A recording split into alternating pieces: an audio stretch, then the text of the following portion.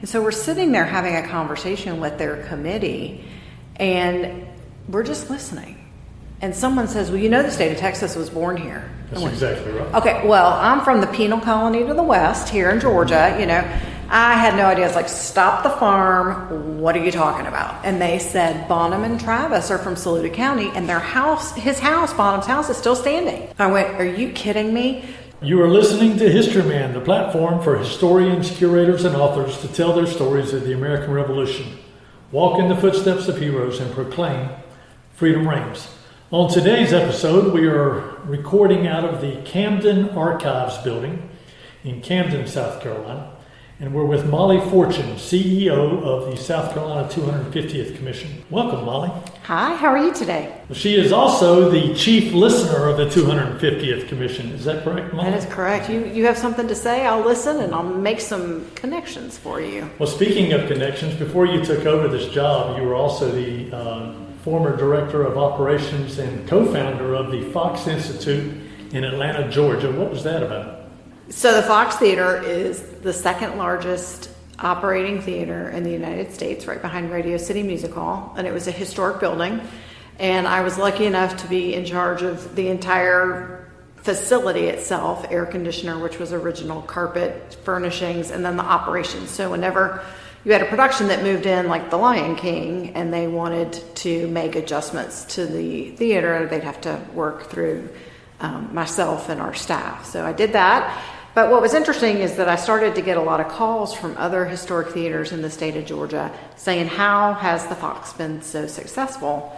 And went to the board with an idea for the Fox Theater Institute, and we were the only state to date that has inventoried all of its historic theaters. There are 342 in the state of Georgia. And we started doing a grant program where we gave money to restoration, to operations, to tell their story. Basically, you tell a story through their building, which everyone has a connection to a historic theater, and it makes economic development for someone's downtown.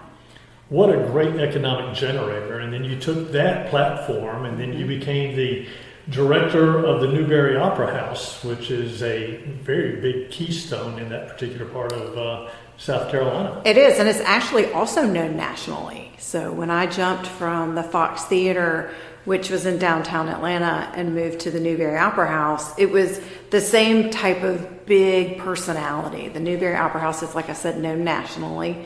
And just to use that building and that story, which is of a different era, it's the 1880s, for the economic engine for downtown Newberry.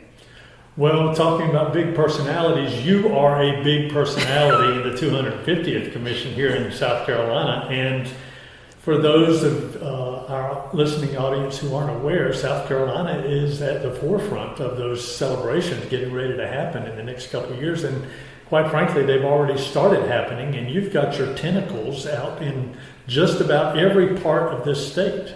Tell us a little bit about those. It is very true. Tentacles is a great word because it's amazing how many avenues and places that it can creep, whether it's education and trying to do a Liberty Day for the entire state where we bring kids down to the State House and they get to actually sit in the chambers and negotiate and discuss and take things back, all the way from lifelong learning. I think that's been a real eye-opener for me. It's just not K through 12. It's, as I say, K through dead, which someone said, maybe you should change that to lifelong learner.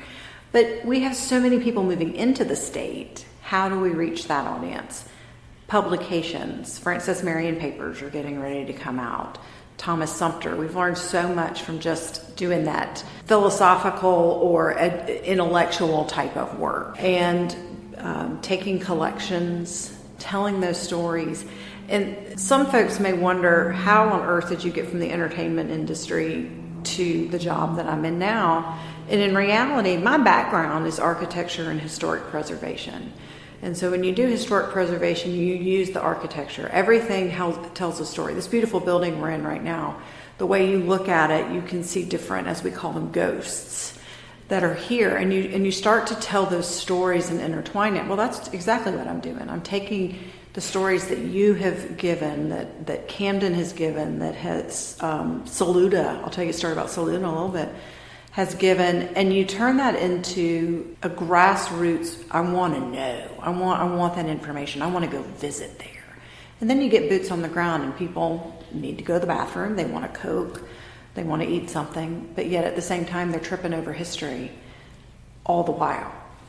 Speaking of, well, let's talk a little bit about that. Let's say we go to a small community, and Camden certainly has its share of history going back long before even the Revolutionary War. But how do you take the Revolutionary War and take it to somewhere like Chesterfield, or take it to Dillon, or to go up to Greenwood, or to Lawrence? How do you take that, and how does that impact economically those communities? Great question. South Carolina, you talked about this a little bit. We are on the forefront. So this is federal legislation for all 50 states to have a commemoration or celebration. We prefer to call it a commemoration for the 250th signing of the Declaration of Independence. South Carolina did it a little bit differently, and our commissioners were brilliant. It starts at the county level. We have 46 counties, and each county has passed a resolution to be involved in this. They know where the bodies are buried, both figuratively and literally. Yes, yeah. Thank you. Some of them are in farm fields, out unmarked graves. Unmarked graves, right? And so by doing that, we engage with that community, and it becomes a piece of their fabric. So when they do a long-range plan with their county or their city, or they have industry moving in, which is really looking at quality of life, they've got those stories and they've got that infrastructure. So within the 46 counties, you've built an infrastructure of tourism and heritage tourism, which those people stay 3 days longer and spend $37 on average more than your average tourist. So when you start to talk about development and economics, it's the people that do walk downtown that we just passed coming into this beautiful building. They're buying a Coke, they're doing something, but yet they've been to the History Center, they're going out to the battlefield, and they're doing those types of things. And it creates a quality of life that's just beyond the normal 9-to-5 downtown bustle type situation. A great story that just actually recently happened, and it's been fascinating because I can't tell you how many counties said, we don't have anything. Hold my musket. I got a story for you. You do, I promise you. And we've been able to find those connections in every county. One that came up just recently was Saluda County, okay, which is right near Newberry, which is where I live. Well, Saluda thought, we don't really have much, but we got Clouds Creek and we got Mine Creek and we got this, that, and the other. And so we're sitting there having a conversation with their committee, and we're just listening. And someone says, well, the state of Texas was born here. That's exactly right. Okay, well, I'm from the penal colony to the west here in Georgia. I had no idea. I was like, stop the farm. What are you talking about? And they said, Bonham and Travis are from Saluda County, and his house, Bonham's house, is still standing. I went, are you kidding me? So what they did is I said, do a show and tell. Show me what you think is important. And for an entire day, the wonderful people of Saluda, some of their county council members and their emergency management and their historian, drove me and Bill Davies around, and we saw Mine Creek, which was a massacre that happened before the First Blood at 96, which was only 20 miles away. We went to Clouds Creek massacre. Turns out, and Bonham's house is still there, and we got in. Turns out his mother was the one who identified the 30 bodies. And then we went to the cemetery where she buried them, which the church was always there. So they themselves started to put together this tour in their mind. And I simply was just the one who didn't know anything. It was like, what? What else happened? What do you mean this community was here? And it got them thinking, because they're seeing the trees, because they live it every day, and it's who they are. But I came home and I called my counterpart in Austin, and I said, I just want you to know that Texas was born in Saluda County.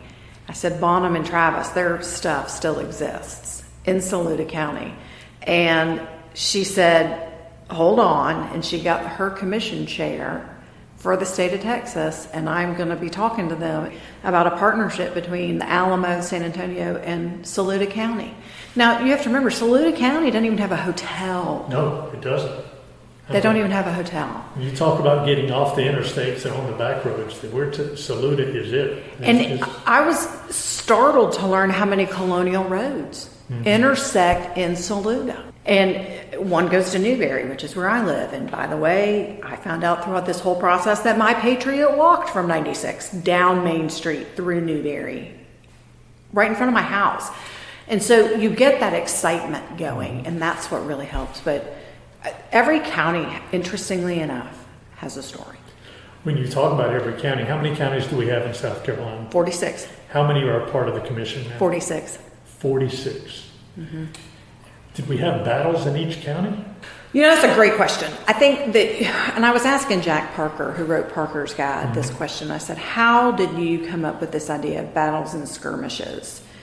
And he said, in his mind, a battle was where someone died. A skirmish could just be where one or two people kind of duked it out.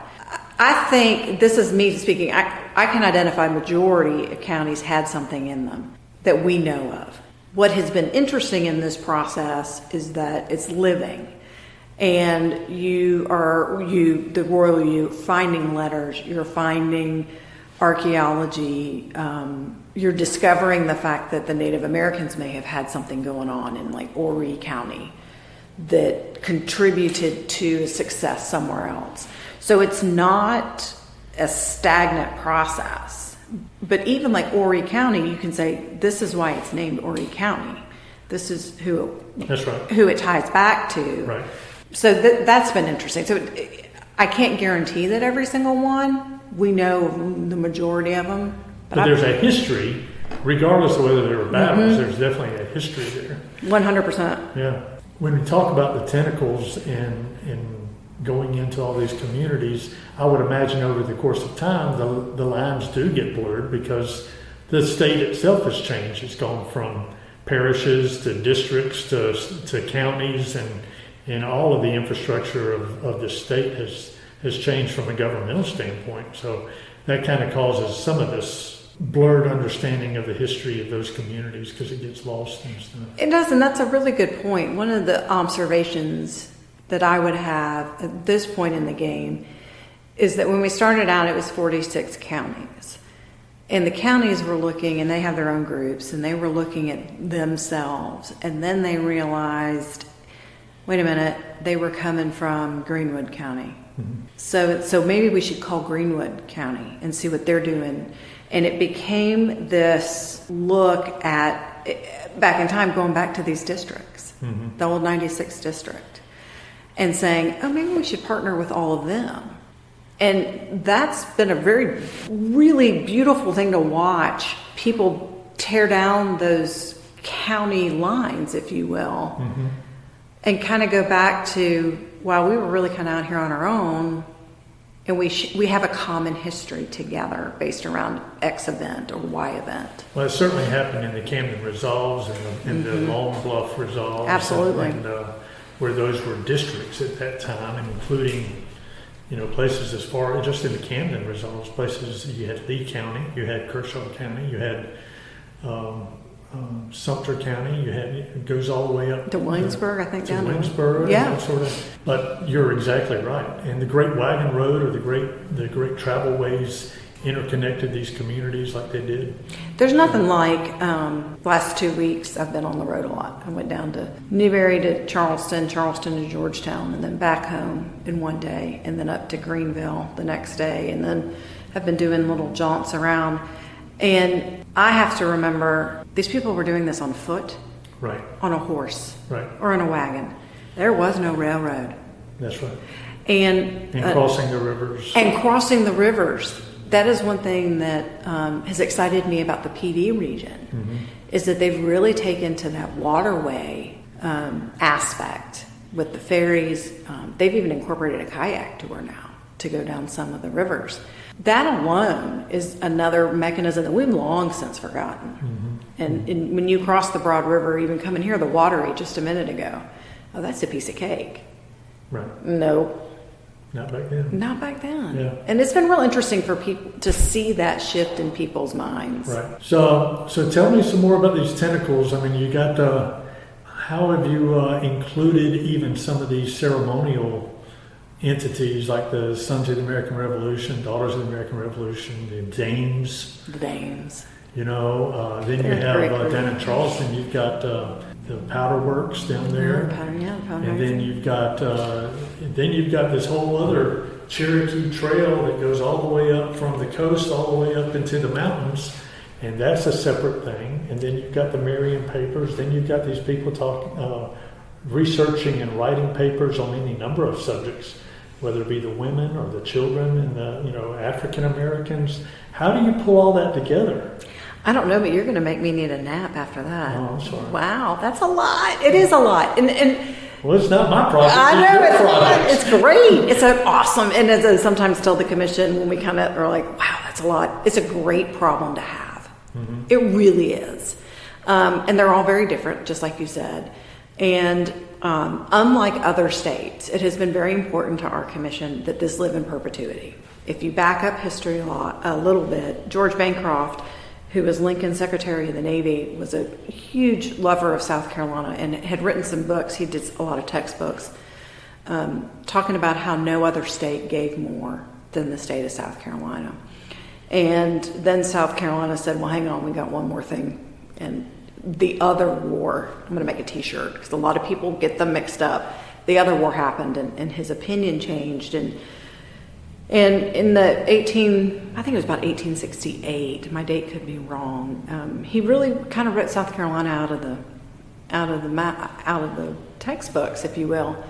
Fast forward to modern day, you go to a gathering of the other states, say in Philadelphia or Virginia, and you have to remind them that there are states below that, that we've been here for a very long time too, and that if we hadn't worn Cornwallis out, he never would have wanted to vacation in Yorktown and given them the surrender. Right. So we were behind the power curve already in that. So again, fast forwarding a little bit, the commission made Charles Baxley made the decision, this has to live in perpetuity. And he set up a trust. And this trust is a nonprofit. You can donate to it. It is going to be here in Camden in a beautiful building that y'all have here. And it will be that repository. So when you have a county that is doing a grant, say, on a driving tour of James Island or the kayak tour of this, or a manuscript that's being written about the 12 patriots in Charleston that were free men of color, genealogy that's being done, it will all transfer from the commission when we expire in 2033, because that corresponds to 1783, and it will live there. Whether it's digital format, whether it's someone's collections, whether it's papers. And you, as someone who wants to research the Southern campaigns, now have a place to go. And it is the best and most up-to-date information. And again, we just talked about the fact that it's really actually living. And that those folks will be the caretakers of that history and ensure that we are not written out of the books again. The other portion that we've done is a foundation. A lot of folks don't necessarily have a collection they want to donate, or papers, or an idea, but they want to do something in memory of someone, or they want to sponsor a certain type of educational event, or whatever that might be that makes their heart happy. The foundation will be able to take those donations and use it to promote the work of the commission and of the counties until 2033. And then all of that will go back to them, to the trust as well. How would people contact the commission right now, or do they contact the foundation? How do people get involved in that? It can be a little confusing, and and this is all brand new. These three entities are really brand new and very innovative. Again, no other states do taking this type of approach. The best thing to do is just reach out to the commission, and we are customer friendly. We will come to you. We will answer any question you have, and we'll say, that might be a best fit for the trust, and I'm going to make a phone call and they're going to call you back. Or this might be a best fit for the foundation. Or sometimes that's the War of 1812, but we know somebody over that can help you with that. We're never going to leave you empty-handed. We're going to help you find what makes your heart happy. It's interesting that when you go through this process and you start talking to people in all these communities and they start seeing the stepping stones that they've been blind to over the years, then they start going back to their families and go, wait a minute, we do have some diary that was from the family that's been passed down all these years. And if we're not careful, that diary is going to get lost and torn up or something. Where is a good place to take that? And what you're saying is you are open to having conversations about that. Absolutely. Yeah. Absolutely. Because I always go, the historic preservationist in me goes back to everybody in America wants to know their story. That's why ancestry is so incredibly powerful in the United States. Everybody has a story and they want to know more about their story. So once you find those elements that connect you to the past, and you start realizing that these people actually laughed and cried and couldn't stand snails or hated living in the backcountry and preferred this, and you put those personalities with those names, it becomes incredibly important that lives in perpetuity. And you know that you may run into a situation where your kids or your grandkids could care less about that. But it's still important, and it's still part of the South Carolina story. And the trust will be happy to help take care of that and facilitate that. And you kind of look at it from the most rosy standpoint. Just because your children are maybe not open to that now doesn't mean 20 years from now that they are still not open to it. They may be open to it at that point when they look at life through different lenses. But this is a place for it to be held till those moments come up again. That's a really, you bring up something that reminded me of the gentleman that we found at the Camden battlefield and have reburied here in Camden, those heroes. Both sides of the coin, by the way, they're all heroes as far as I'm concerned. And you have to remember that I think it was 15, and just now, one of those families is made up of probably 200 people. So out of that 200 people, there might be that one person that wants to know more about their family. Right. And then, thank God, so-and-so, 150 years ago, took that diary out of the attic. Right. And donated it, because now they can make that connection. That's right. And that's pretty powerful. I think it's important for people to know where they came from, good or bad, where they came 100% from. good or bad. And, take kind of a springboard and say, this is where I came from, this is where I'm headed, that sort of thing. And that's the past, but at least I know I've come from somewhere, right? So. Yeah, and that's another great point, is that the commission is dedicated to tell all those untold stories. Native American, women, children, free and enslaved, and even our friends, the Loyalists.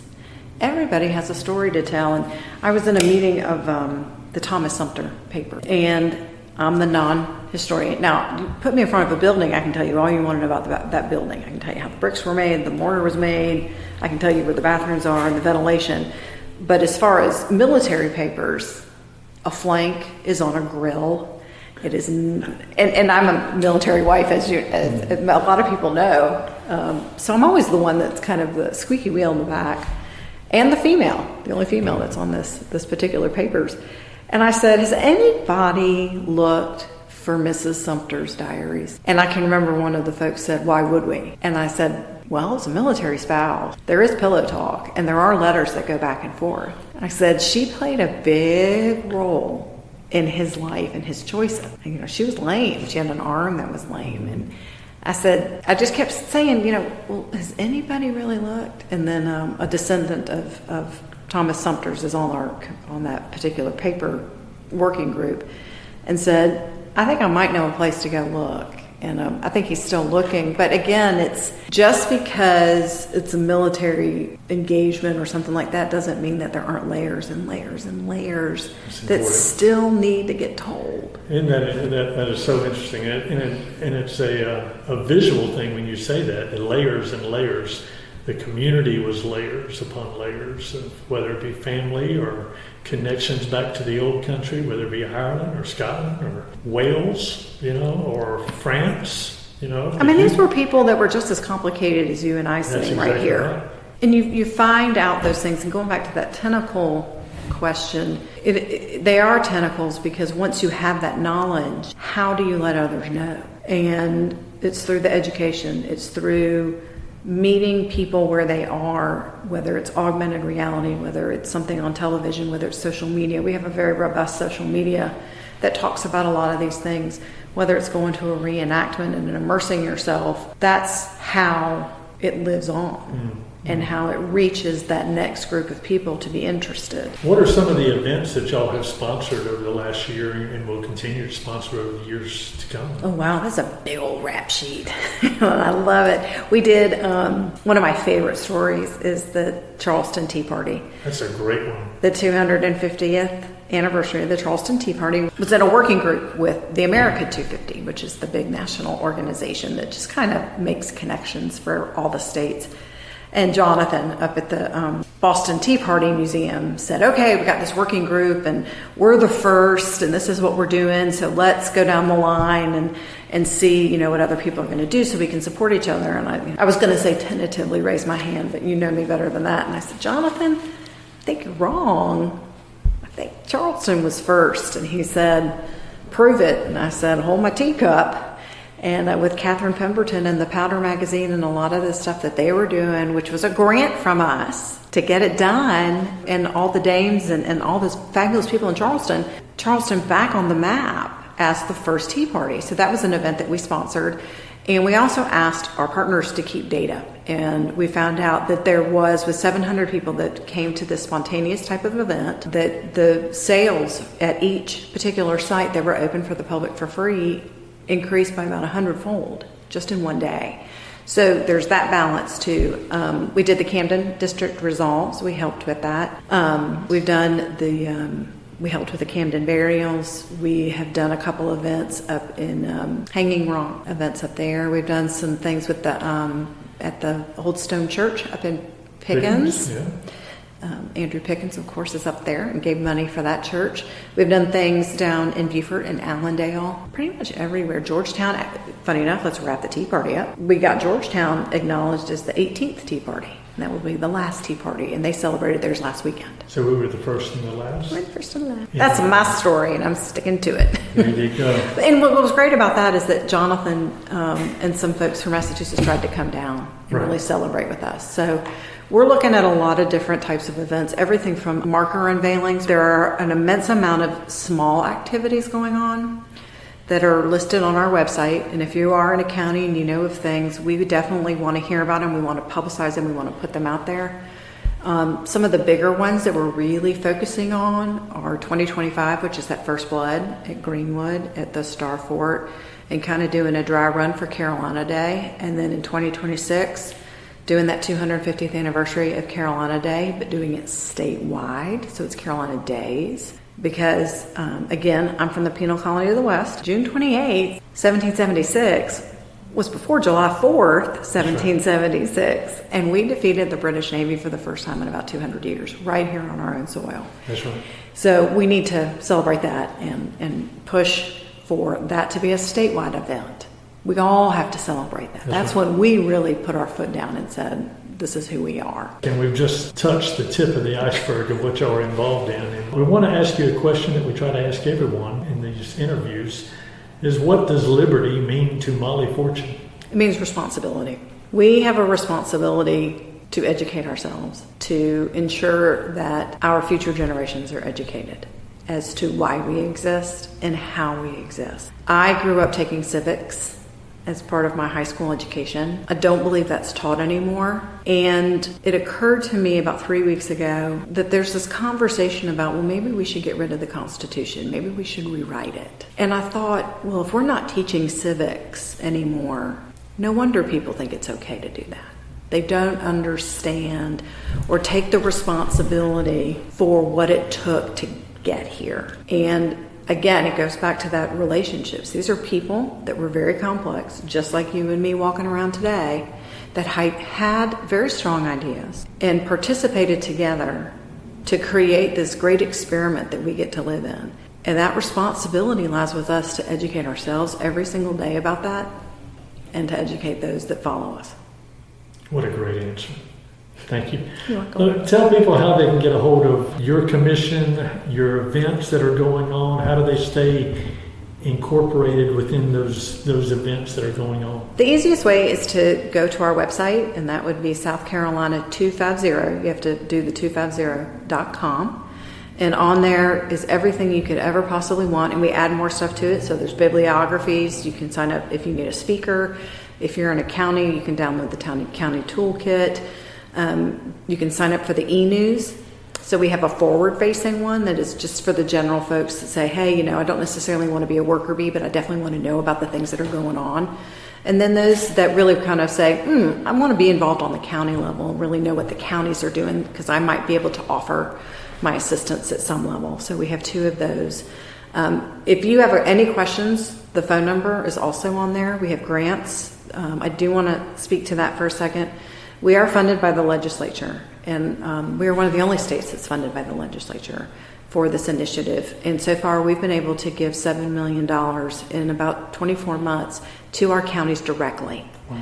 For projects. Wow. And anything we do is free to the public. We do have a couple of partners that we're working through that do charge admissions to certain things, but how can we get those folks there for free?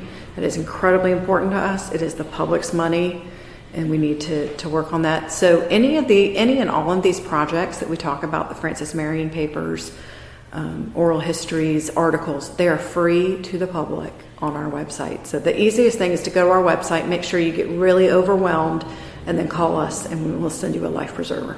You're also on social media on a number of places, Facebook, Instagram. Yeah, we are there on social media, and a lot of stuff is put on social media, so there's a way to kind of stay plugged in there too. Molly, thank you so much. Thank you.